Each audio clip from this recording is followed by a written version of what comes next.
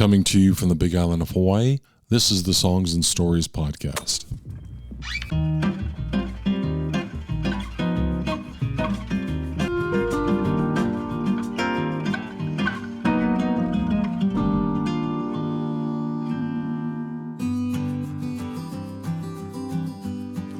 Aloha. On today's show, I caught up with Big Island singer-songwriter Robert Savery at the Hilo Palace Theater to discuss his music. Born in Louisiana and growing up on Oahu, Robert has opened up for country music heavyweights Alabama, Merle Haggard, and the Judds. The LA Times once touted the Savery Brothers as a force in country music, and Billboard magazine called them country music standouts. In addition to the interview, we'll also get to hear two originals and discuss the backstories behind them. Aloha, Robert. Aloha. First of all, for those that don't know you or your music, can you give us a little bit of background on that? Sure. I grew up on Oahu on the windward side. And so in fourth grade, we had the choice in Hawaiian studies class, we either had to wear the little lava and dance hula or play the ukulele. So that's where I got my music start because I was too embarrassed.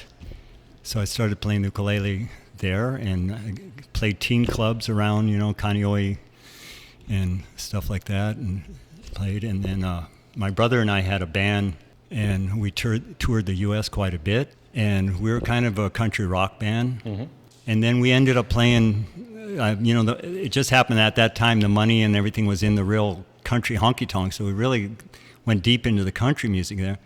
The funny thing was that while I was listening, and I love country music, I listen, but what I was listening to at home was, Ravi Shankar and African music and all kinds of, and Brazilian music. And so I've always had an interest in a real wide variety of music and stuff. And I've always wrote songs. So my brother and I, at one point, as a country band, we won the Marlboro country music contest, and we went on tour. We were the opening band for the Judds, Alabama, and Merle Haggard, and we played stadiums and things, and that was a big thrill there. And when did you come to the Big Island? Well, I came to the Big Island 12 years ago. I lived on Kauai for 7 years, and always knew I was coming back to Hawaii.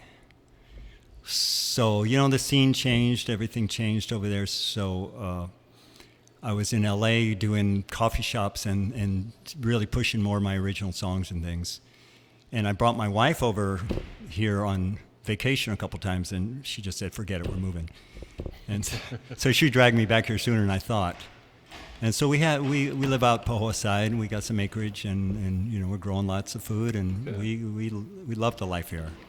And the one thing I was worried about was the music scene and the social scene here, and I've been more than pleased with the amazing players that are here and that I get to play with and I get to go out and hear. So I'm really happy to be here, and it's a very fulfilling place to be. What's it been like for you during this COVID-19 phase that we're in? Music's just starting to return. How have you been keeping your music going? It's been a very positive thing for us, just because it's been a chance to just really stay home. We got endless projects at home.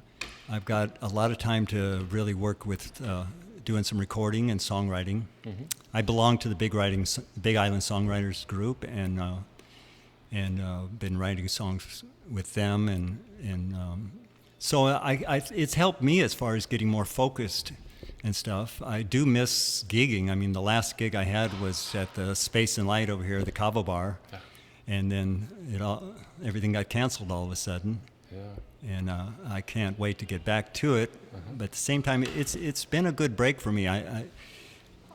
I have not experienced the pain and misery many people have done on the mainland here, but this island, since we got thousands of miles of ocean, it's been really kind of nice to have everything kind of slow down and get back to the basics here. Well, tell me about the two songs you played today. The Monkey Pod Tree song I played, my daughter, she went to Ku'okala school, and there was a huge monkey pod tree there that at the end of school, the teachers used to say, Meet me under the monkey pod tree, and I got that idea for the song. Now that school is 50 feet under lava. It got wiped out, my daughter's school got taken out and the monkey pod tree's gone, which I didn't know at the time when I wrote it. Aloha, my name is Robert Savery. I'm here with Lauren Antolik on bass and Mike Aloha on trumpet, and we are live from the empty palace. The song I'm going to play here is called Under the Monkey Pod Tree.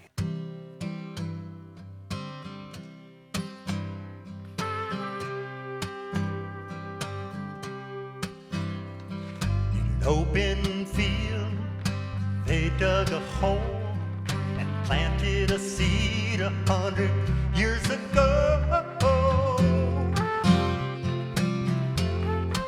100 years ago. At the trunk of a tree with its arms open wide, tall and strong we stand side by side, me, under the monkey pod tree. Meet me under the leaves of the monkey pod tree.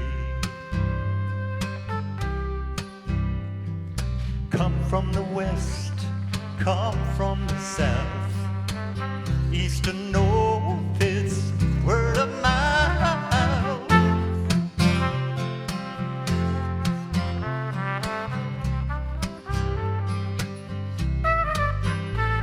Come down from the mountains, come up from the shore, come down in the valley to the grassy grove and meet me under the monkey pod tree. Meet me under the leaves of the monkey pod tree.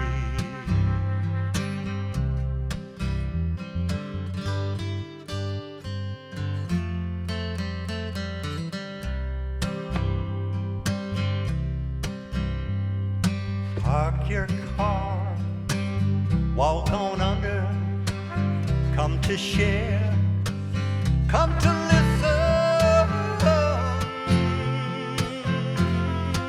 come to listen.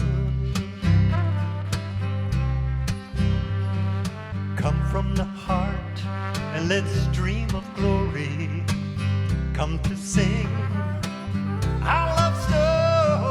Meet me under the monkey pod tree. Meet me under the leaves of the monkey pod tree.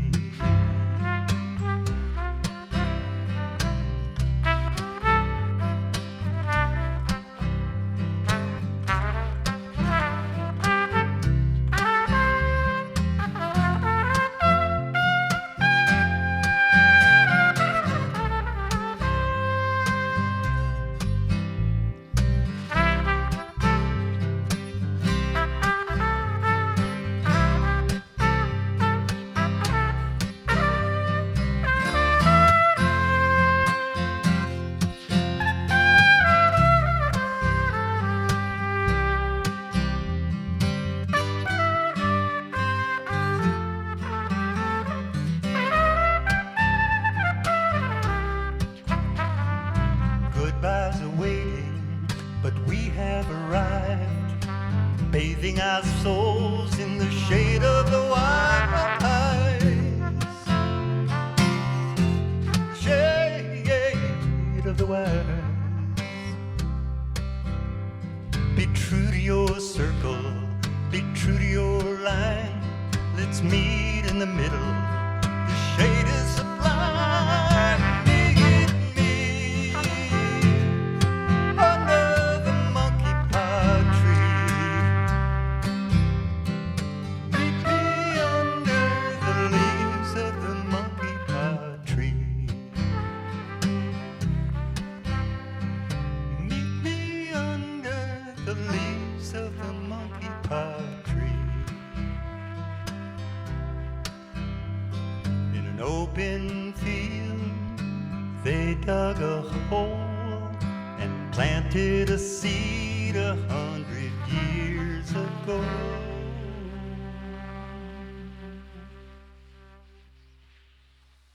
Yes, so the other song is just a song I wanted to write forever, just a song about having a good song to sing.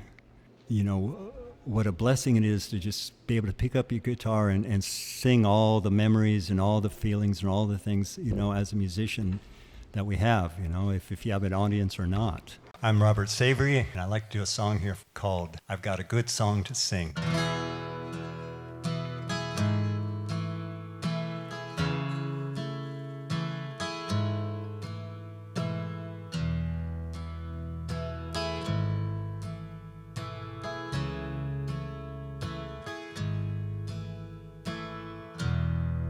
The sun is down and the day is gone.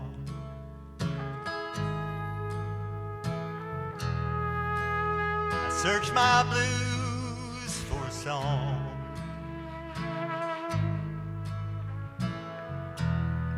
These memories have melodies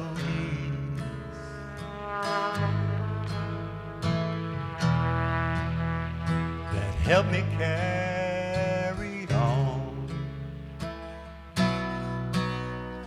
And I've got a good song to sing.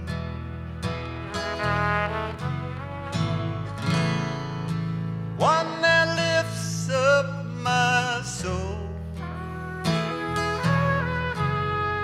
And I've got a good song to sing. A melody with a happy ring.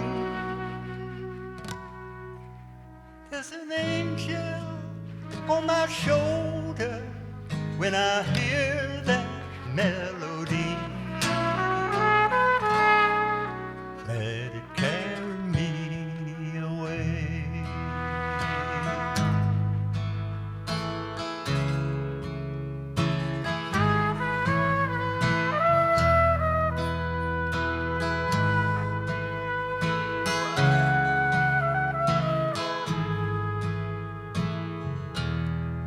A lonesome song for a broken heart.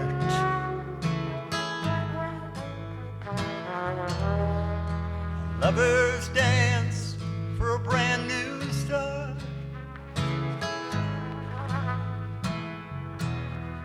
A song for old friends and family.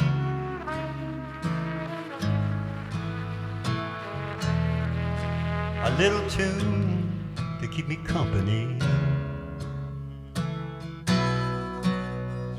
And I've got a good song to sing.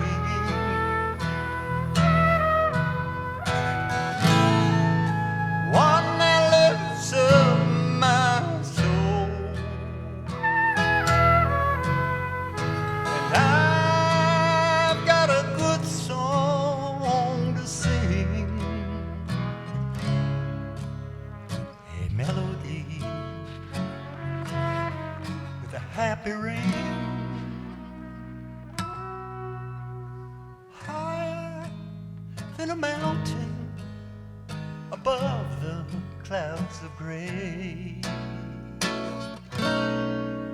Let it carry me away.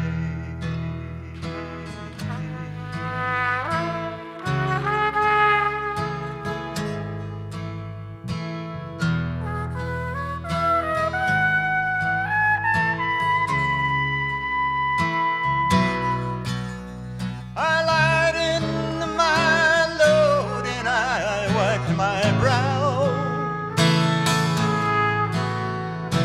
Every song I've sung up to now was to free my heart and let the melody carry me away.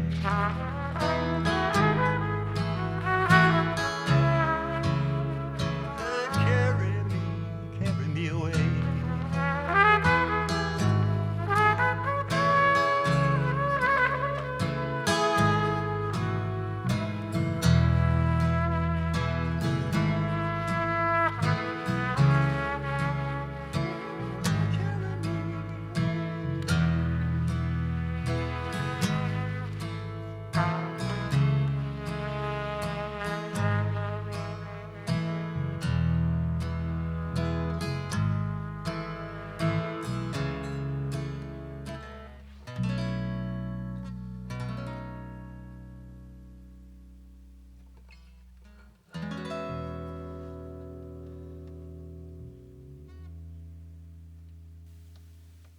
Do you want to talk a little bit about your songwriting process? How you?